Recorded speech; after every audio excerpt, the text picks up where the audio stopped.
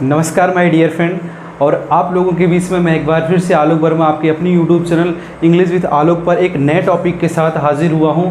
और आप लोगों ने बहुत सारा प्यार दिया है, बहुत लंबे अंतराल बाद हमारे यूट्यूब चैनल को दोबारा स्टार्ट किया गया है और मैं देख रहा हूं कि आप लोग हमारे यूट्यूब चैनल पर बहुत सारा प्यार अपना बरसा रहे हैं और ऐसे ही आप सभी लोगों के सपोर्ट की ज़रूरत है। और हम लोगों की हरदम यही कोशिश रहेगी कि आपके लिए एक से बढ़कर एक कंटेंट दिया जाए जो आपके लिए बहुत ही हेल्पफुल हो, चाहे वो इंग्लिश से हो, जीके से हो, जीएस से हो या कॉम्पिटिटिव लेवल के एग्जाम में जो भी ज़रूरी चीज़ें आपको मिलना चाहिए, हम वो सारी मटेरियल यहाँ से आपको प्रोवाइड कराएंगे।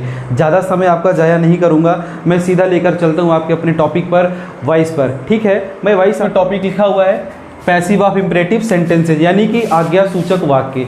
आज्ञा सूचक वाक्य के बारे में मैं आपको थोड़ा सा जानकारी दे देता हूँ। आज्ञा सूचक वाक्य का मतलब ये होता है कि ऐसे वाक्य जिनमें ऑर्डर किया जाए, कमांड किया जाए, एडवाइस दी जाए, सजेशन किया जाए, राइट, रिक्वेस्ट किया जाए। देखिए ध्यान दीजिए, हम सारा दिन इंपरेटिव सेंटेंस के इर्द गिर्द ही घूमते रहते हैं। हम कहीं ना कहीं किसी न किसी प्रकार से इंपरेटिव सेंटेंस में ज़रूर वाक्यों का प्रयोग करते हैं, जैसे कि मेरे लिए खाना ला दो, यहाँ चले जाओ, ये कर दो, वो कर दो, दरवाज़ा बंद कर दो, फ़ैन ऑन कर दो, मेरी मोबाइल चार्ज पे लगा दो। ये सारी चीज़ें हम यूज़ करते हैं ना सारे दिन, तो ये सारे के सारे इंपरेटिव सेंटेंस ही हैं। अब इनका पैसिव बनाना बहुत ही आसान है, एकदम सिंपल तरीके से मैं आपको पैसिव बनाना सिखा दूंगा और कभी भूलोगे नहीं। डोंट वरी, आप परेशान मत होइएगा, एकदम सही जगह पे हैं। तो चलिए क्लास को आगे बढ़ाने से पहले करते हैं आपसे छोटा सा रिक्वेस्ट, आप कर लीजिएगा छोटा सा काम।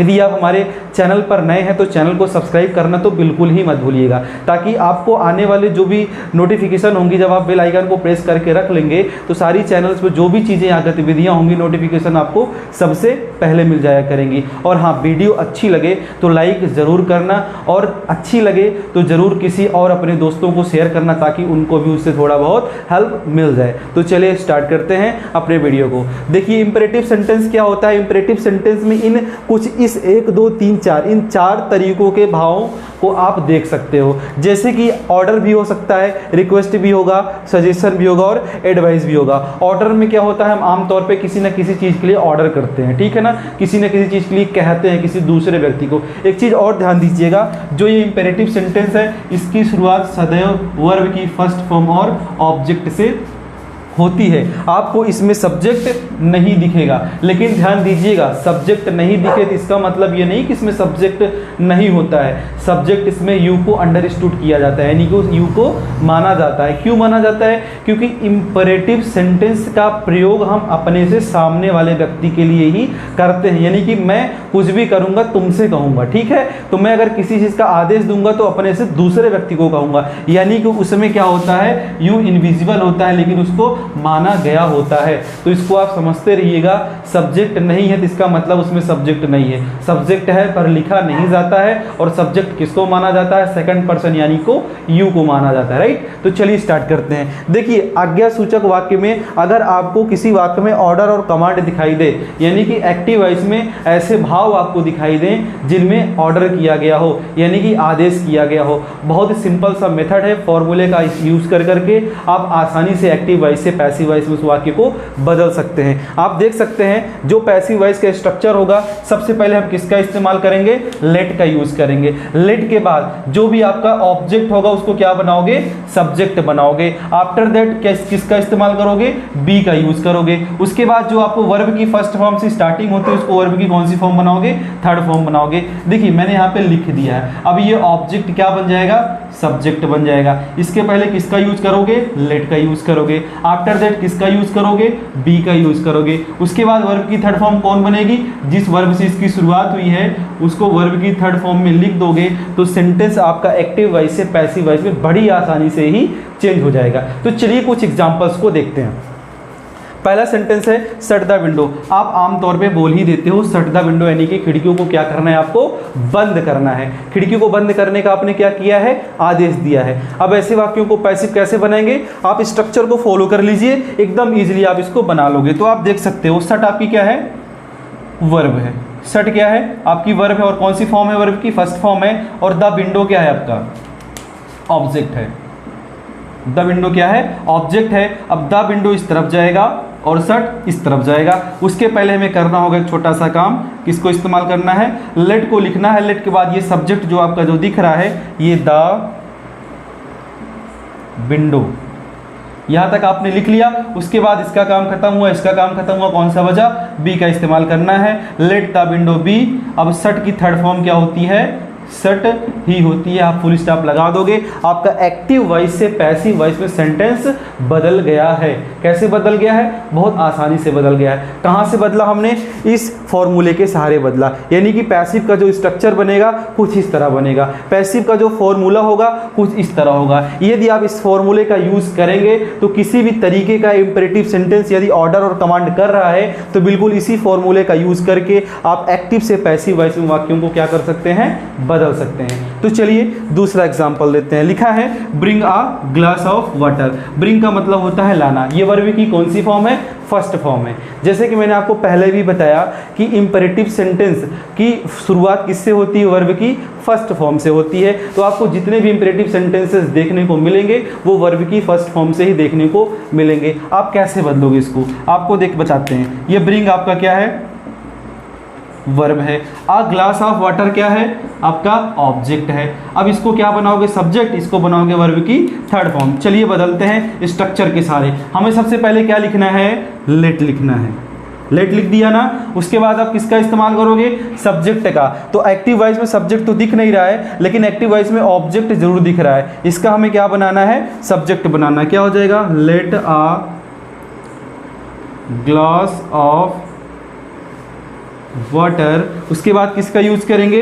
बी का यूज करेंगे। आफ्टर दैट जो वर्ब की फर्स्ट फॉर्म दिख रही है यहाँ पे देख सकते हो किसमें बदलना है? वर्ब की थर्ड फॉर्म में चेंज करना है इसको। वर्ब की थर्ड फॉर्म में चेंज करेंगे। ब्रिंग की थर्ड फॉर्म क्या होती है?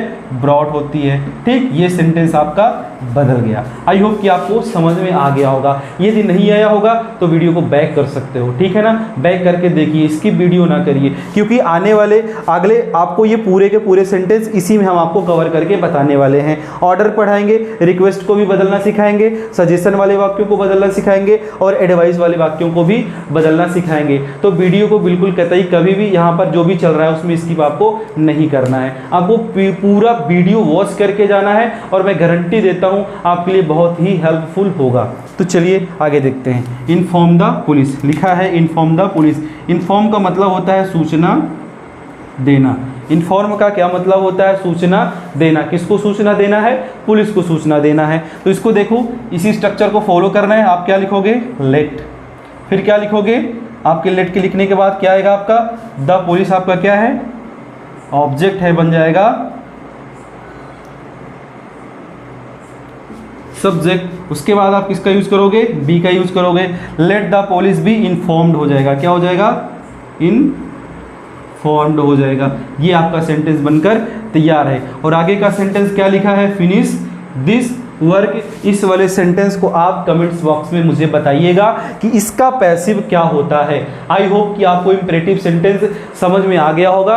मैं आपको एक बार फिर से इसका पूरा बता देता हूं। देखिए, इंपेरेटिव सेंटेंस क्या होते हैं? ऐसे वाक्य जिनमें ऑर्डर, कमांड, एडवाइस, सजेशन अथवा रिक्वेस्ट का भाव प्रकट हो, उनको बोलते हैं इंपेरेटिव सेंटेंस। और इंपेरेटिव सेंटेंस की पहचान क्या होती है? ये आमतौर पर वर्ब की फर्स्ट फॉर्म से इनकी शुरुआत होती है। इनका हम पैसिव कैसे बनाते हैं आपको मैंने बता दिया है कि ऑर्डर वाले वाक्यों में हम कुछ इस प्रकार का इनका पैसिव बनाते हैं। आप जब ऑर्डर वाले वाक्यों का पैसिव बनाएंगे तो let plus subject plus be plus verb की थर्ड फॉर्म के स्ट्रक्चर को फॉलो करते हुए एक्टिव से पैसिव में उसके रूप को बदलेंगे। तो चलिए हम आगे पढ़ते हैं कि रिक्वेस्ट वाले भाव का एक्टिव से पैसिव में कैसे बदला जाता है। रिक्वेस्ट का भाव प्रकट हो, जैसे कि अब मैंने बोला चले जाओ, मैंने बोला कि चले जाओ, अब फिर हुआ क्या?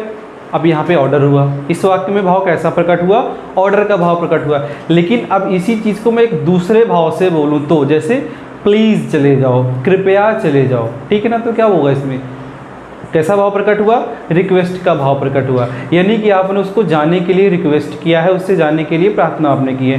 यानी रिक्वेस्ट का भाव जिसमें प्रकट होता है, उन वाक्यों के पैसिव हम कैसे बनाते हैं? तो आपको मैंने बताया कि फॉर्मूला के सहारे यदि आप किसी भी सेंटेंसेस को सॉल्व करना चाहते हैं तो बड़ी ही आसानी से आपको सेंटेंसेज सॉल्व हो जाएंगे, ठीक है ना? तो देखते हैं ऐसे वाक्य जिनमें किसका भाव प्रकट हो, रिक्वेस्ट का भाव प्रकट हो, और रिक्वेस्ट का भाव प्रकट होगा तो आपको बड़ी सिंपल तरीके से इसको बनाना है, यू आर रिक्वेस्टेड टू लिख देना है। उसके बाद एक्टिव वॉइस का जो भी सेंटेंस होगा आपको क्या कर देना, उसको एज इट इज उतार देना है, ठीक है ना। जैसे किसी वाक्य में लिखा हो please open the door, please open the door.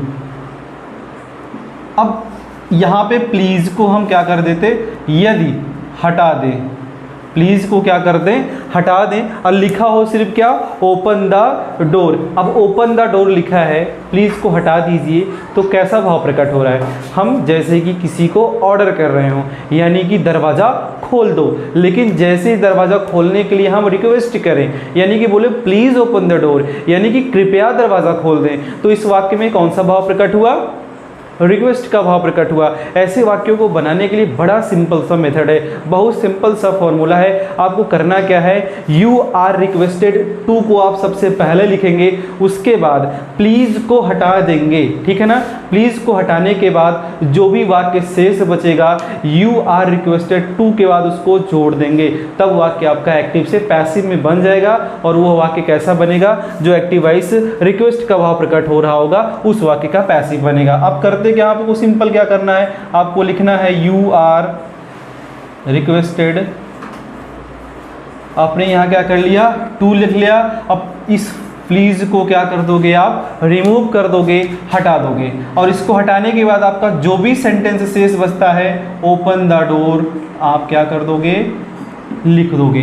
देखा ना, बहुत ही ज़्यादा आसान है, बहुत ही ज़्यादा इजी है। कैसा, क्योंकि इसमें कुछ ज़्यादा चेंज करना ही नहीं पड़ रहा है, बस हमें देखना है कि वाक्य का भाव क्या है, और वाक्य का भाव यदि रिक्वेस्ट वाला आ रहा है तो उसको आप किस में लिख दोगे, यू आर रिक्वेस्टेड टू में लिख दोगे, और प्लीज को क्या कर दोगे, रिमूव कर दोगे, क्योंकि प्लीज की वजह से ही वाक्य रिक्वेस्ट वाला बन रहा है, तो उसके स्थान पर यू आर रिक्वेस्टेड टू को आपने ऑलरेडी लिख दिया है। और उसके बाद प्लीज को हटाने के बाद जो भी वाक्य शेष रह जाता है उसको उसमें क्या कर देंगे, ऐड कर देंगे, और आपकी आप एक्टिव वॉइस से पैसिव वॉइस में चेंज हो जाएगा। तो चलो चलते हैं नेक्स्ट वाले सेंटेंस में, देखते हैं अगला वाक्य।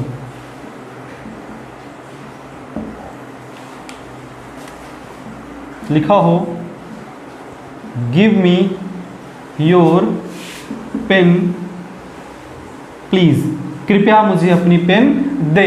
तो इसको कैसे चेंज करोगे, अब प्लीज चाहे यहाँ हो चाहे वहाँ हो, कान को चाहे इस तरफ से खींचो चाहे इस तरफ से खींचो, दर्द हम ही की होगा। अब चाहे रिक्वेस्ट बाद में करो, रिक्वेस्ट चाहे पहले करो, हुआ तो वो रिक्वेस्ट का ही भाव, ठीक है ना। तो कैसे चेंज करेंगे, इस प्लीज की वजह से ये वाक्य बन रहा है रिक्वेस्ट वाला, इसको रिमूव करेंगे, इसको हटा देंगे, इसके स्थान पे हम क्या लिख देंगे पैसिव वॉइस में, यू आर रिक्वेस्टेड टू। अब यहाँ पे इसको हटाने के बाद जो वाक्य शेष बचा, गिव मी योर पेन, ठीक, समझ में आ गया होगा, बहुत ही सिंपल है। इसलिए मैंने ज़्यादा इसमें एग्जांपल देने की कोशिश नहीं की है, क्योंकि इसका एकदम सिंपल सा फॉर्मूला है। आप प्लीज को हटाओगे, यू आर रिक्वेस्टेड टू को लिखोगे, और उसके बाद प्लीज को हटाने के बाद जो वाक्य शेष बच रहा था यू आर रिक्वेस्टेड टू में उसको क्या कर दोगे, जोड़ दोगे। जैसे कि आप इसमें देख रहे हो, यू आर रिक्वेस्टेड टू लिखा गया है किसके स्थान पर, प्लीज के स्थान पर, फिर प्लीज को हटाया गया है, और प्लीज को हटाने के बाद ओपन द डोर बचा है, और यू आर रिक्वेस्टेड टू तक आपने लिखने के बाद ये आपकी B1 दिख रही है, उसके बाद पूरा सेंटेंस कंप्लीट हो रहा है, उसको आपने जोड़ दिया, आपकी वॉइस तैयार है। उसके बाद दूसरे वाले वाक्य में भी वही हुआ है, प्लीज को हटाने के बाद आपने यू आर रिक्वेस्टेड टू को लिखा है, उसके बाद वाक्य कौन सा शेष बच रहा है, गिव मी योर पेन, और फिर आपने टू के साथ उसको क्या कर लिया, जोड़ दिया। अब रिक्वेस्ट वाले भाव जिसमें प्रकट हो रहे हैं उसकी पैसिव आपको इसी तरह बनानी है। हजारों लाखों पैसिव आपको आ जाए, पेपर में कितने भी सारे क्वेश्चन आ जाए, यदि रिक्वेस्ट उसमें भाव प्रकट कर रहा है तो आपको बिल्कुल इसी फॉर्मूले के सहारे ही सेंटेंसेस का पैसिव बनाना है। चलिए नेक्स्ट वाला सेंटेंस देखते हैं, सजेशन। देखिए, सजेशन और एडवाइस में बच्चे थोड़ा बहुत कंफ्यूज होते हैं कि सजेशन का सुझाव और एडवाइस का सलाह में इतना फ़र्क कैसे है, या फ़र्क छोटा सा है तो कितना बड़ा फ़र्क है, या छोटा है तो कितना छोटा है, बड़ा है तो कितना बड़ा फ़र्क है। तो मैं आपको ये क्लियर कर देता हूँ। देखिए, जो सुझाव होता है वो तनिक देर के लिए होता है, थोड़ी देर के लिए होता है। सुझाव है इधर चले जाओ, सुझाव है ये कर लो, सुझाव है ये किया करो, ठीक है ना। लेकिन एडवाइस क्या होती है, वो लाइफ लॉन्ग होती है, अंत तक काम देती है कि हम अपने माता पिता का सम्मान करना चाहिए। सुबह जल्दी उठना चाहिए, टाइम से तैयार होना चाहिए। मतलब जो भी हम काम करें उसको टाइमली करें, उसको प्रॉपर एक डिसिप्लिन में करें, तो उसको क्या बोलते हैं, हम किस कैटेगरी में लाते हैं, एडवाइस की कैटेगरी में लाते हैं। लेकिन आपको बताते हैं हम सजेशन वाले वाक्यों का चेंज कैसे करोगे। आपको सबसे पहले क्या करना है, सब्जेक्ट लिखना है। आप किसी भी सेंटेंस को चेंज कर रहे हैं तो सबसे पहले एक्टिव वॉइस को जो ऑब्जेक्ट है उसका सब्जेक्ट बनाओगे। आफ्टर दैट आपको क्या लिखना है, शुड बी लिखोगे। उसके बाद उस वाक्य की जो वर्ब होगी उसको वर्ब की थर्ड फॉर्म में लिख दोगे। चलो चेंज करते हैं। लिखा है लिसन टू मी, ठीक है ना। क्या लिखा है, लिसन टू मी। देख लीजिए यहाँ पे टू का प्रयोग इस प्रीपोजिशनल वर्ब के साथ हुआ है, यानी कि जहाँ लिसन होगा वहीं पे टू भी होगा। तो मी ऑब्जेक्टिव केस है, अब इसको सब्जेक्टिव केस मिलाएंगे, यानी कि नॉमिनेटिव केस मिलाएंगे। जब नॉमिनेटिव केस मिलाएंगे तो मी का नॉमिनेटिव केस क्या बनता है, आई बनता है, ठीक है ना। यहाँ पे हम लिख देते हैं आई, ठीक। अब यहाँ पे आई के बाद स्ट्रक्चर को देखेंगे तो शुड लिखना है, फिर उसके बाद बी को लिखना है, और लिसन दिख रहा है। लिसन वर्ब की कौन सी फॉर्म है, फर्स्ट फॉर्म है। इसकी थर्ड फॉर्म में चेंज करेंगे तो हो जाएगा लिसन, LISTNED, लिसन हो जाएगा, ठीक है ना। ये हो गया आपका पहला वाला सेंटेंस। इसको इसी प्रकार आप चेंज करोगे, बिल्कुल कोई कंफ्यूजन नहीं होनी चाहिए। अगर वीडियो समझ में ना आ रही हो, बार बार आप बैक करके देख सकते हो, आराम से समझ में आ जाएगा। उसके बाद दूसरा वाला सेंटेंस देखो, हियर हिम नाउ। देख सकते हैं आप, हियर वर्ब की थर्ड फॉर्म है, हिम ऑब्जेक्टिव केस है। अब इसको क्या करोगे, नॉमिनेटिव केस मिलाओगे। हिम का नॉमिनेटिव केस क्या होता है, ही होता है। क्या होता है, ही होता है। ही के बाद आप क्या लाओगे, शुड का यूज करोगे, ही शुड बी। अब आप हियर का थर्ड फॉर्म क्या लिखोगे, हियर्ड। ये समय बता रहा है तो इनको हम आखिर में रखेंगे, ठीक है।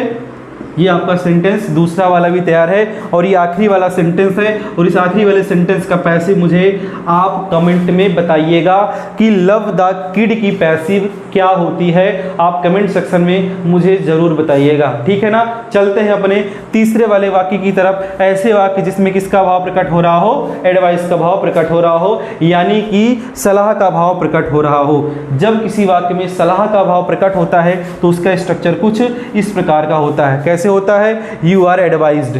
क्या होता है, यू आर एडवाइज्ड के साथ आप क्या कर लोगे, यहाँ पे टू जोड़ लेना है। You are advised to plus आपका क्या आ जाएगा, अदर वर्ड आएंगे, ठीक है ना। तो चलो चेंज करके देखते हैं। लिखा है वर्क हार्ड, कठिन परिश्रम करो। कठिन परिश्रम करना हमारे जीवन के लिए बहुत ही अच्छा है, ये हमारे जीवन को और अच्छा करता है। हम जितना परिश्रम करेंगे उतना ही बढ़िया हमें मिलेगा, ठीक है ना। हमें कभी गिव अप नहीं करना चाहिए, तो हरदम वर्क करते रहना चाहिए, कठिन परिश्रम करते रहना चाहिए। कहते हैं ना, सफलता की कुंजी ही आपकी क्या होती है, परिश्रम होती है। आप परिश्रम करेंगे तो आपकी सफलता निश्चित तौर पर मिलेगी, राइट। तो चलिए इसी सेंटेंसेस को चेंज करते हैं। You are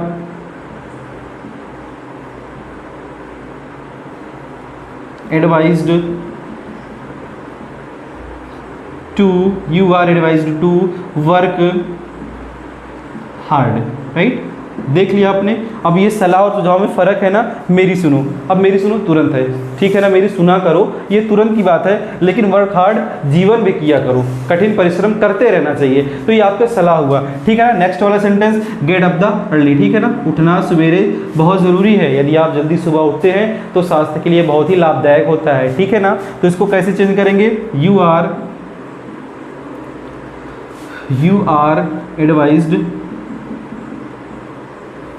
to get up early। देख लीजिए एक बार, समझ लीजिए। अगर ना समझ में आए तो हमसे ज़रूर क्वेश्चन करिए। अगर वीडियो पसंद आए तो लाइक ज़रूर करिएगा, नहीं भी पसंद आए अनलाइक करिएगा, यानी डिसलाइक करिएगा, ताकि हमको पता चले कि हमारे अंदर कमियां क्या रह जा रही हैं। हम सुधार करते रहेंगे। आपका एक एक रिव्यू हमारे लिए बहुत ही इंपॉर्टेंट है। यदि आप कमेंट में हमें जो भी सुधार लायक कुछ भी चीज़ें बताएंगे, हम उस पर ज़रूर गौर करेंगे, ठीक है ना। आपका लाइक शेयर नहीं रुकना चाहिए। यदि आप हमारे चैनल पर नए हैं तो सब्सक्राइब करके ज़रूर जाइएगा, भूलिएगा मत, क्योंकि आने वाली वीडियोज़ आपके लिए बहुत ही इंपॉर्टेंट होगी। बोर्ड एग्ज़ाम नज़दीक है, बहुत सारी कॉम्पिटिटिव लेवल के एग्ज़ाम नज़दीक हैं। यदि आप हमारे चैनल पर बने रहेंगे तो बहुत ही हेल्पफुल वीडियोज़ मिलने वाली है। Thank you. पूरा वीडियो देखने के लिए आपका बहुत बहुत धन्यवाद। जय हिंद।